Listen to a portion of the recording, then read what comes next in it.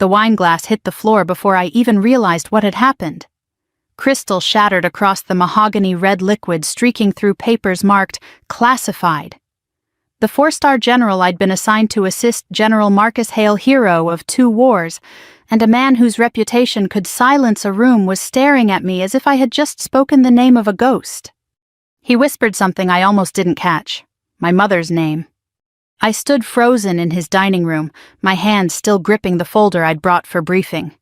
The smell of aged wine, polished wood, and something older memory maybe hung in the air. For a Marine, I've been trained to hold composure under fire. But this wasn't a firefight. This was something deeper, personal, and I had no manual for it. 2 hours earlier, I thought this would be just another assignment. The call came that morning from HQ Quantico. Major Claire Dawson, report to the Pentagon Liaison Office at 0800. You'll be assisting General Marcus Hale for the NATO summit briefings. No explanation, no context, just orders. Everyone in my division knew his name. A man carved out of discipline and legend decorations stretching from Desert Storm to the Middle East campaigns. Rumor had it he hadn't taken a personal leave in 20 years. I remember thinking, great. Another marble statue in uniform.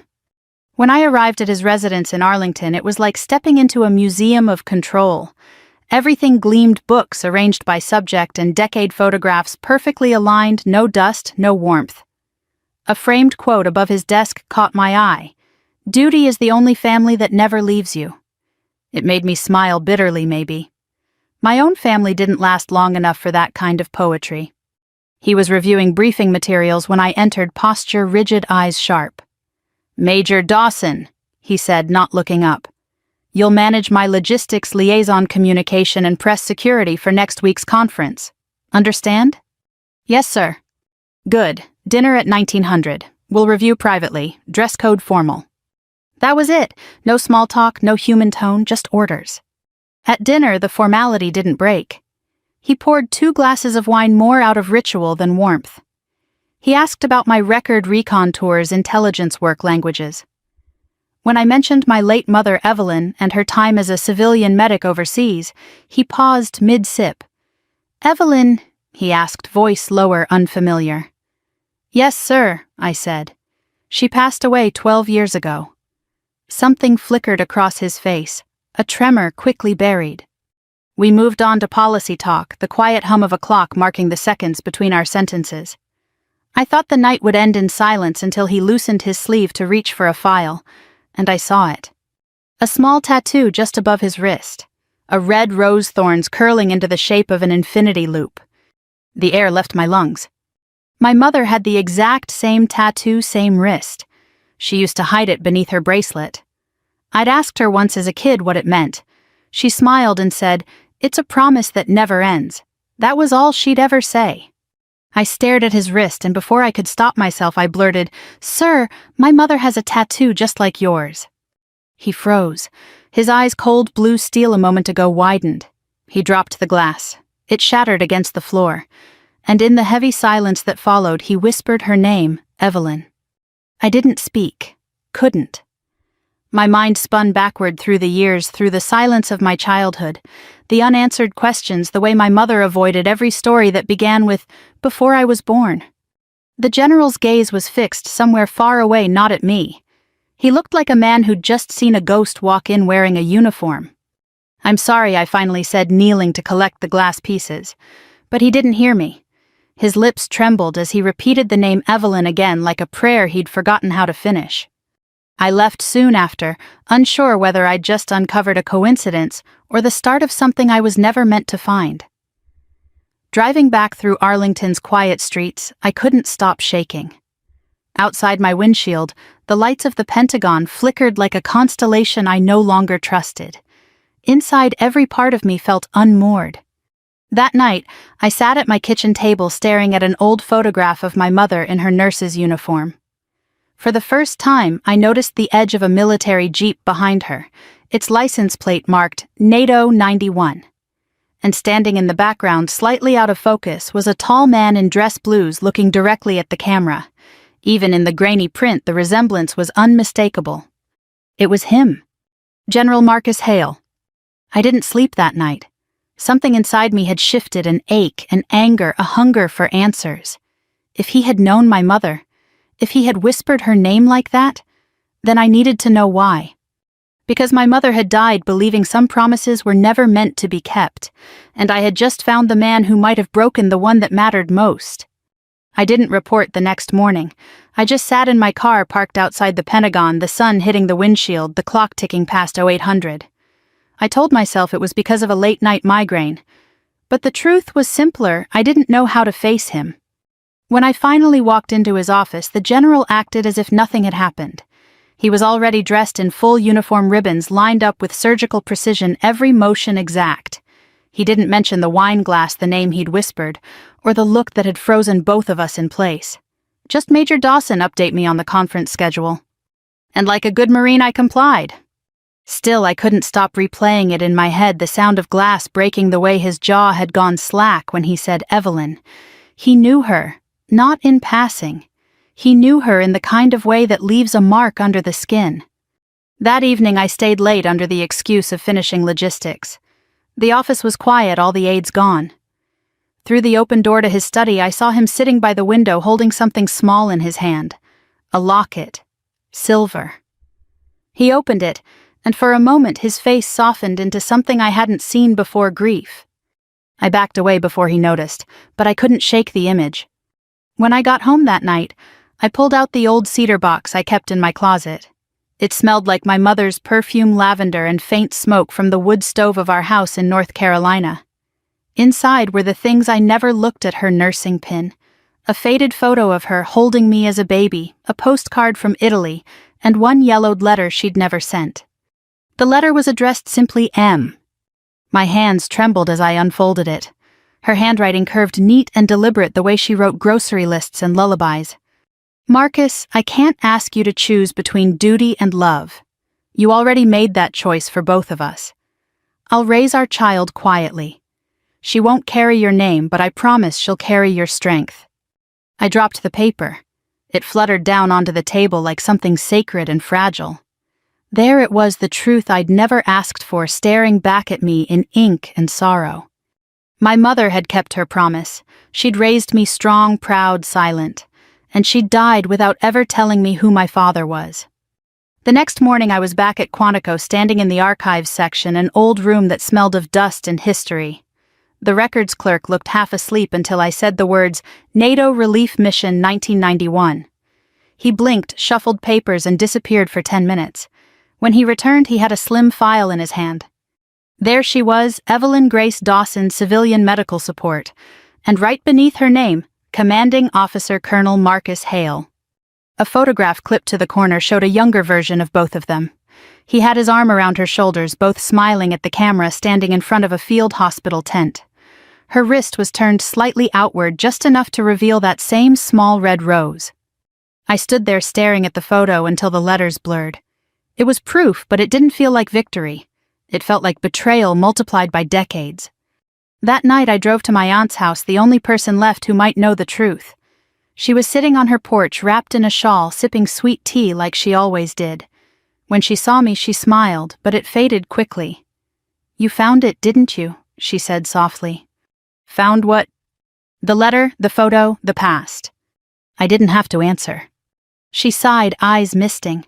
"Your mama was young. She thought love could survive the Marine Corps. But Marcus had ambitions, Senator Wallace's daughter, politics command. Your mother didn't want to ruin his life, so she left before he even knew you existed." My throat tightened. "So he never knew." She shook her head. "Not until now, I reckon." I sat in silence, the night pressing close around us, cicadas humming in the trees. My whole life I'd believed my father was just a blank space, a missing name on a birth certificate. Now that space had a face, a uniform, a voice that said my mother's name like it still hurt to say it. Back at my apartment, I looked again at my reflection in the mirror, same eyes as my mother's, same freckles, but something sterner, colder. I understood now why the general had looked at me that way. He saw the past standing right in front of him. But I wasn't going to let a secret buried 30 years ago define me. If Marcus Hale was my father, then he owed me more than silence. He owed my mother the truth she took to her grave. And he owed me an explanation. I picked up the phone and called his aide. "Tell the general I said that Major Dawson requests a private meeting, off record." There was a pause on the line. "Tomorrow, 0700 hours, his estate in Arlington." "Perfect." When I hung up, I noticed the letter on the table, its words trembling under the lamplight. I traced my mother's signature, Evelyn, and whispered, "I'll get your answer, Mom, even if it kills me." Outside, the wind rattled against the window pane like distant gunfire, and somewhere in that sound I imagined her voice, steady, proud, forgiving. But I wasn't ready to forgive. Not yet. The general's estate sat at the edge of Arlington's quiet suburbs, a place where discipline seemed to live in the walls. Marble steps, a flag flying, perfectly centered hedges trimmed with military precision. I arrived at 0700. Sharp uniform-pressed boots shined, but beneath the starch and salute my hands were shaking. The butler led me through a corridor of portraits, generals, campaigns, medals gleaming under morning light. Then finally the study. General Marcus Hale stood near the window, dressed in full uniform even at dawn. He didn't turn when I entered. "Close the door, Major," he said. I did. The silence between us felt heavier than any classified file. He finally faced me. His eyes, gray, not blue like winter sky, studied my face with painful recognition. "I see her when I look at you," he said quietly. "Your mother." I swallowed hard. "So you admit it?" He hesitated, then nodded. "I didn't know. Not until last night." He looked down, his hand trembling slightly as he poured black coffee into a cup. "Evelyn never told me." I took a step closer. "You were her commanding officer. Yes, you loved her." He exhaled, more than I was allowed to. He told me everything in short, sharp bursts, like a man filing a report on his own guilt. In 1991, during the NATO relief mission, he'd met my mother at a field hospital in Sarajevo. She was young, fearless, with that stubborn streak I knew too well. They worked side by side during an evacuation under mortar fire. He was wounded. She refused to leave him. They stayed together through the mission secretly. But when they returned stateside, the politics of his career caught up with him. He was engaged to Catherine Wallace, daughter of a senator whose influence could secure his next command, a marriage arranged more by ambition than affection. When my mother realized what he was walking into, she walked away first without telling him she was pregnant. He never saw her again. "I looked for her," he said, years later, but she'd changed her name, moved to North Carolina. I thought she wanted to be forgotten. I wanted to shout, to call him a coward, to tell him how his ambition had cost my mother everything. But when I looked at him, the tremor in his hand, the weight behind his eyes, I saw something else. Regret. Real, raw, decades old. "I'm not here for sympathy, sir," I said, voice steady. "I'm here for truth, and for her." He nodded once. "You deserve that." He walked to his desk, opened a drawer, and pulled out a small velvet box. Inside was a silver locket. He handed it to me. "She gave this to me before we deployed. I kept it all these years. I didn't even know she had the same one." When I opened it, I nearly dropped it. Inside was a photo of my mother smiling at the camera and a pressed rose petal behind the glass. For a long time I couldn't speak. Then the general said something I didn't expect. "I want to make it right." I looked up, doubtful. "You can't," I said. He met my eyes. "Maybe not, but I can try." He reached for a file on his desk, my transfer orders. "There's a classified mission in Florida. Disaster recovery, civilian evacuation. I've requested you personally.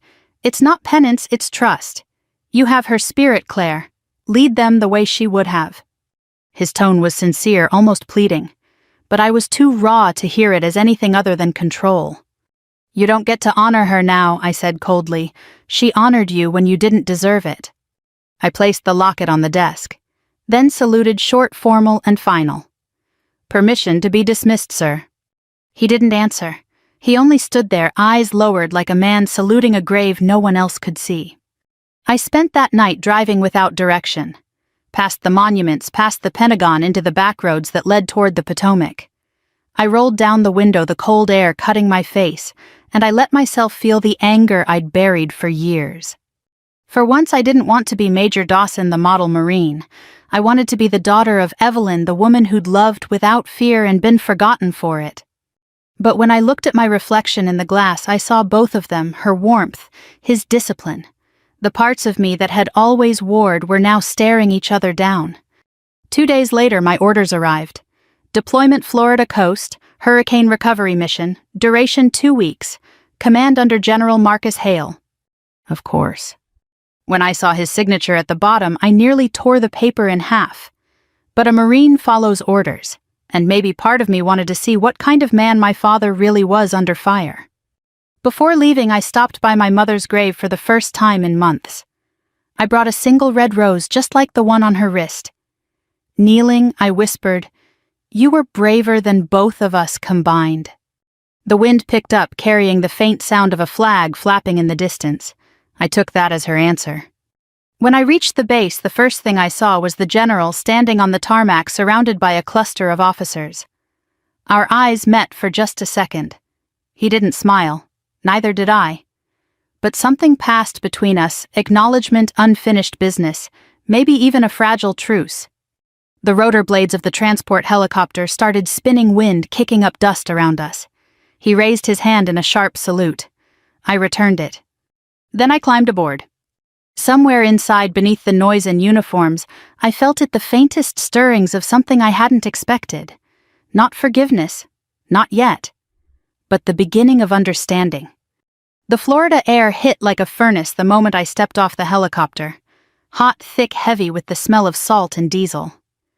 Hurricane Jasper had torn through the coast 2 days earlier, roofs gone, trees ripped out by their roots. Entire neighborhoods, half swallowed by water. Our Marine unit was there to secure supply routes and assist the National Guard with civilian rescue. It wasn't glamorous work, but it mattered. And for me, it was the perfect distraction from the truth I'd just learned, that my commanding officer was also my father. The first few days were chaos. Roads flooded, communications, unstable tempers short. I buried myself in logistics, organizing convoys and coordinating airlifts. I didn't see the general much except during briefings. When I did, his tone toward me was strictly professional. No eye contact longer than a second, no personal words.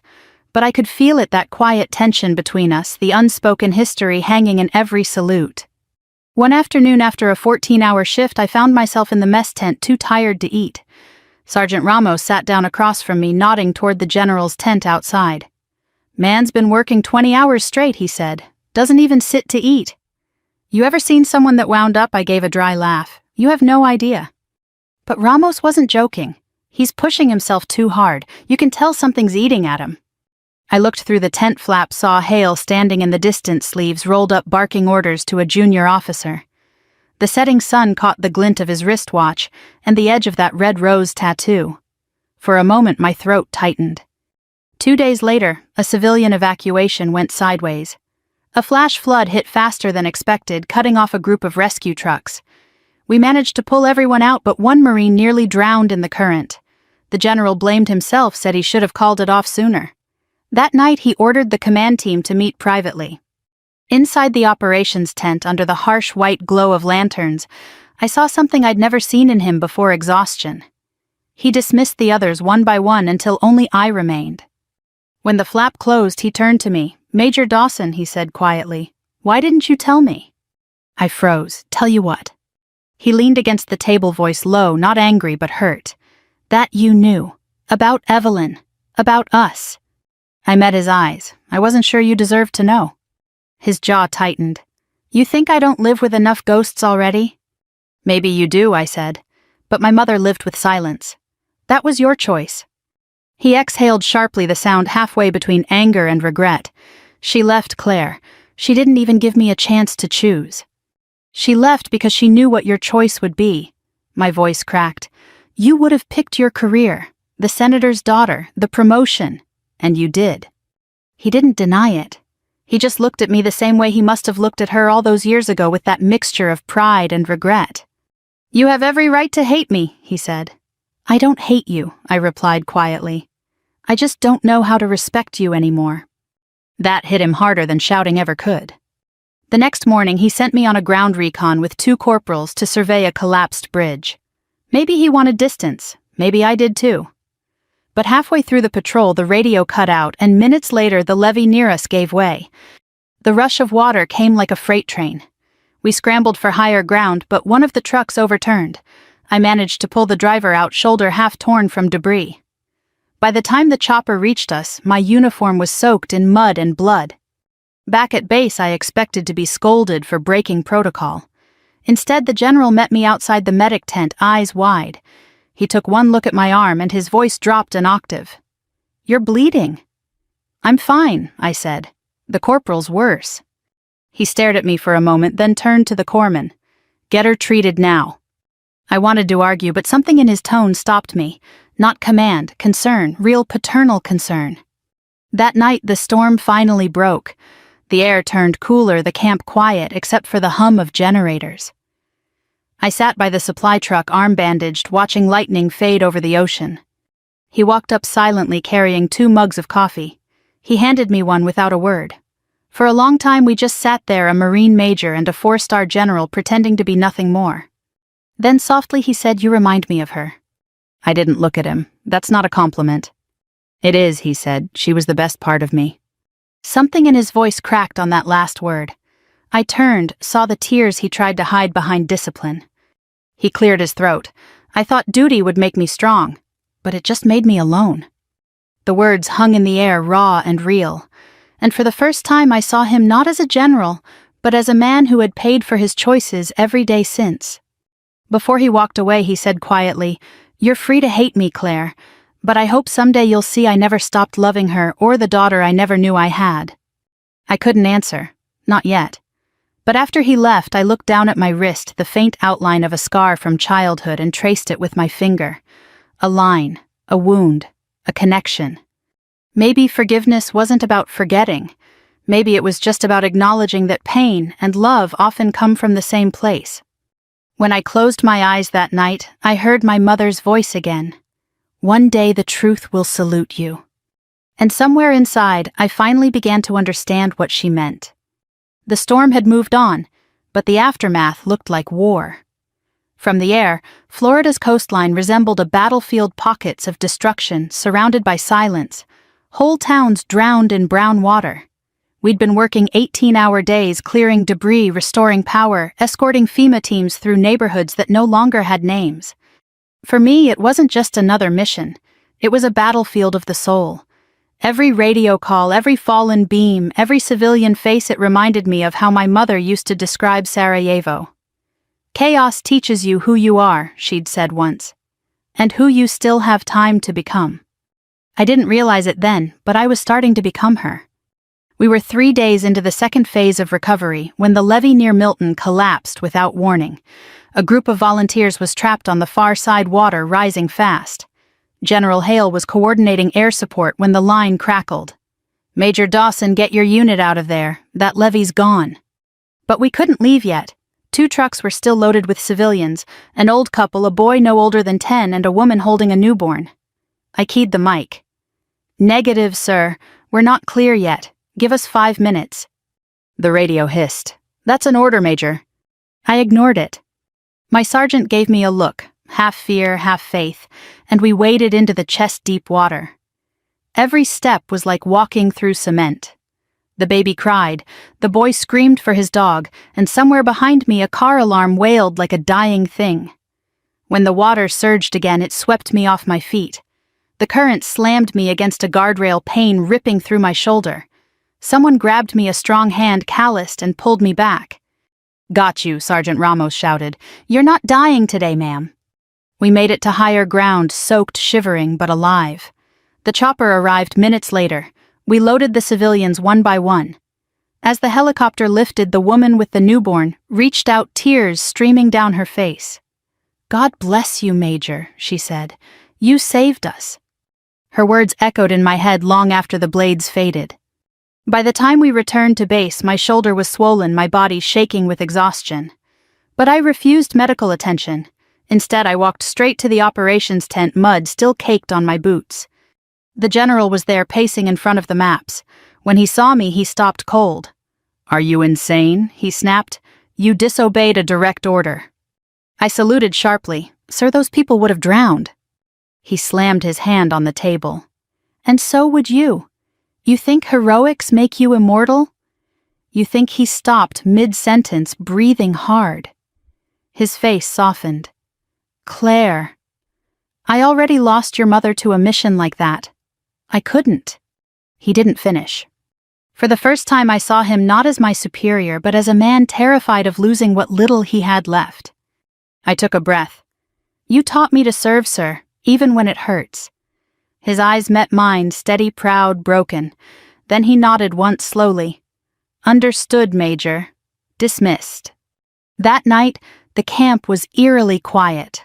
No orders, no engines, just the distant hum of cicadas and the ocean's breath. I sat outside my tent staring at the moonlight dancing across the water, and for the first time in years, I prayed not for victory, but for peace. He joined me a few minutes later, silent, holding 2 cups of coffee again. He handed me one and said, "You remind me too much of her. Stubborn, brave, impossible to command." I smiled faintly. Guess it runs in the family. He chuckled under his breath, then sighed. Claire, if I'd known if she'd told me things might have been different. Maybe, I said. But then maybe I wouldn't be who I am, and maybe you wouldn't respect me if I wasn't. He nodded slowly, eyes glinting under the lamplight. Your mother would be proud. That simple sentence broke something inside me. The walls I'd built, the resentment I'd carried, all of it cracked under the weight of those 5 words. 2 days later, we completed the mission. Civilians were safe roads, cleared supplies restored. Before we redeployed, the general gathered the team for a short debrief. He spoke about courage, discipline, and the honor of service. But when his gaze met mine, his voice wavered. There are moments, he said, when duty gives us family we never expected, and sometimes it gives us a second chance to do what's right. The men applauded. They thought it was just another speech, but I knew what it meant. As the sun rose the next morning, I stood alone by the shore. The sky was pink soft, almost forgiving. I rolled up my sleeve, tracing the faint scar where my uniform's cuff ended. I thought about the tattoo, the red rose, the infinity symbol, the promise my mother had made, and the one he had kept without even realizing it. For the first time since that night in Arlington, I felt calm. The anger didn't vanish, but it settled like waves, finally accepting the shape of the shore. When the general walked past to board the transport, I saluted. He returned it crisp and precise, but there was something in his eyes I hadn't seen before peace. He said quietly, "Semper Fidelis, Major?" "Always faithful, sir," I replied. As the helicopter lifted, I knew something had shifted between us. We weren't father and daughter in the traditional sense, but we were bound by something stronger, service love, and the ghosts we'd both learned to live with. That night I wrote in my mother's old journal. Today I almost drowned, but I also learned how to breathe again. 2 weeks later I was back in Virginia, but I didn't feel like I'd come home. My body was in Quantico, yet my mind was still knee-deep in Florida. Floodwater, voices, faces, and the sound of rotors haunting every dream. I tried to lose myself in the routines, the 0500 runs, the reports, the endless meetings. But the moment I let silence creep in, I heard him again. "Semper Fidelis, Major." 3 days after our return, I got the call. General Marcus Hale had collapsed in his office at the Pentagon, massive stroke. He never regained consciousness. By the time I reached Walter Reed Hospital, it was over. The world didn't stop. The flags didn't weep. They simply lowered themselves to half-mast as they do for men of rank. But for me, it felt like something deeper had fallen, a wall I'd spent my whole life pushing against. The funeral was held at Arlington National Cemetery. The morning air was cool, dignified, heavy with tradition. Rows of white headstones gleamed like silent witnesses. Every step of the ceremony followed Marine precision rifle volleys, folded flags, the haunting notes of taps. I stood at the edge of the crowd, hands behind my back, eyes fixed on the casket draped in red, white, and blue. It was strange to mourn a man I'd only just begun to know, but grief doesn't wait for permission. It arrives like an order. After the salute, an aide approached me. He handed me a small brown envelope. "General Hale asked that this be delivered to you, Major Dawson, personally." My throat tightened. The handwriting across the front was unmistakable, sharp, deliberate, and slightly slanted his. The seal was unbroken. I didn't open it right away. For 3 days it sat untouched on my kitchen table. Every time I walked by, I'd glance at it like it might explode if I tore it open too soon. But on the third night, I poured a glass of wine, turned off every light except one, and finally broke the seal. Inside were two things: a folded letter and a pressed rose petal, the same color as the one in my mother's locket. I unfolded the paper. The first line hit like a punch. My dearest Claire. By the time you read this, I'll be gone. There are things a man spends his life trying to put into words and then realizes too late that silence has already said them. But I need you to know what silence never did. I loved your mother.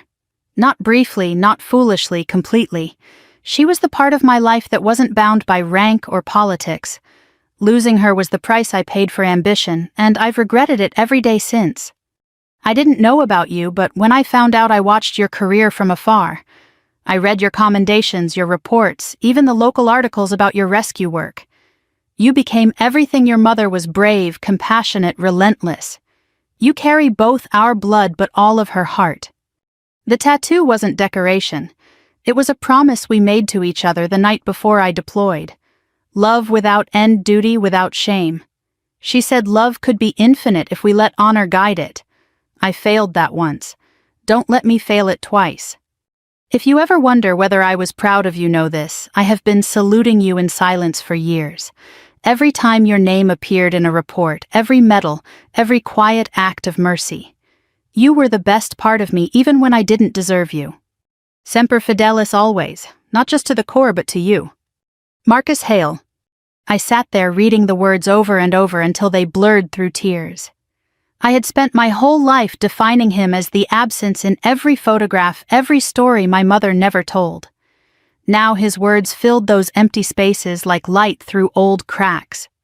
Still, forgiveness doesn't arrive with ink. It comes slowly like the tide. And as I folded the letter back, I realized it wasn't about forgiving him. It was about understanding the weight of love carried in silence. The next morning I went to Arlington again. The grass was still damp with dew and the air smelled faintly of rain. I stood at his grave, the flag marker bright against the gray stone. Kneeling down, I took the pressed rose petal from the envelope and laid it beside his name. For a long time I just sat there. No words, no prayers, just the sound of wind brushing through the trees, whispering the things we never said. Then softly I spoke. "Rest easy, sir." And for the first time in my life I said it not as a Marine but as a daughter. That evening, back at my apartment, I placed the letter beside my mother's photograph. Two halves of the same story finally together. When I turned off the light, the last thing I saw was that single sentence shining in my mind. You were the best part of me. And somehow it was enough. A month after the funeral, I transferred back to Camp Lejeune. Different base, same uniform.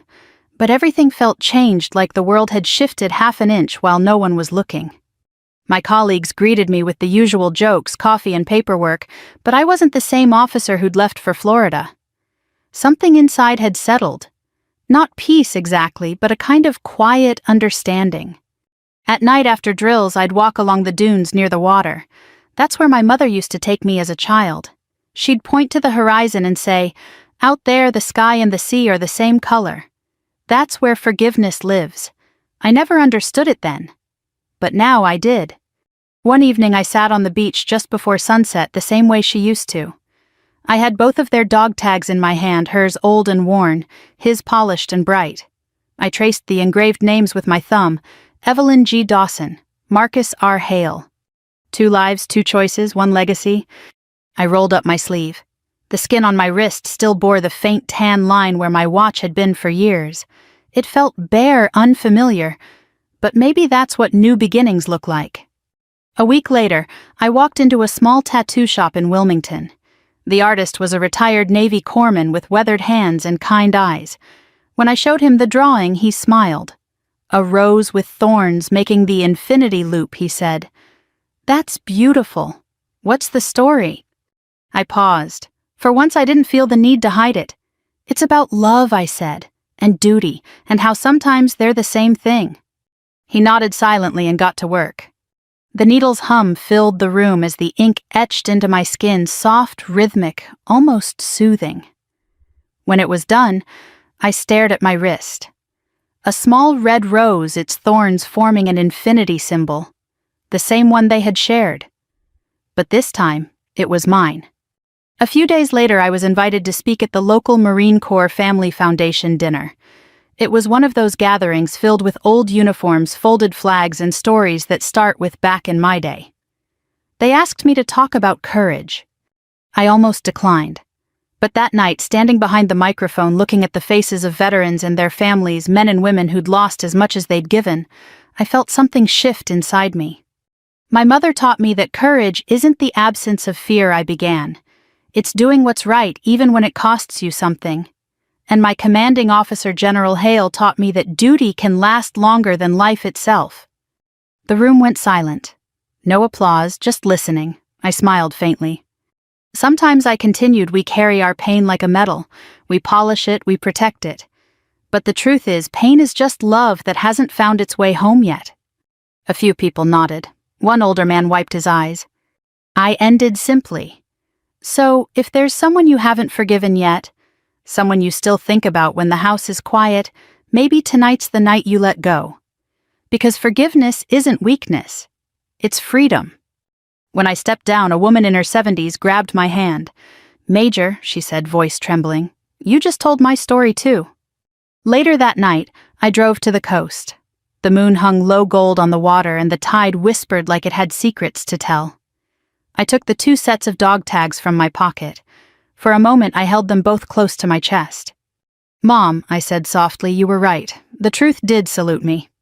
Then I walked to the edge of the surf, knelt down, and set the tags side by side in the wet sand. A wave rolled in and covered them gently. When it receded, the metal caught the moonlight shining together finally. I stayed there for a long time. The wind carried the sound of waves and distant laughter from a nearby pier. Somewhere I thought I heard both their voices, hers, warm and kind, his steady and proud. Not ghosts, not memories, just love infinite as the tide. As the first light of dawn broke over the horizon, I whispered Semper Fidelis. And this time it wasn't just a motto, it was a prayer. Call to action, soft, heartfelt, close. If you've ever carried a story that still hurts, let it breathe tonight. Share it, forgive someone, or maybe forgive yourself. Because sometimes the bravest thing a soldier or a daughter can do is lay down her armor. Thank you for listening. If this story touched you, leave a comment, share where you're watching from. And remember, honor isn't about revenge. It's about what survives after the pain fades. Pain fades. Pain fades. Pain fades. Pain fades. Pain fades. Pain fades. Pain fades. Pain fades. Pain fades. Pain fades. Pain fades. Pain fades. Pain fades. In fades. In fades. In fades. In fades. In fades. In fades. In fades.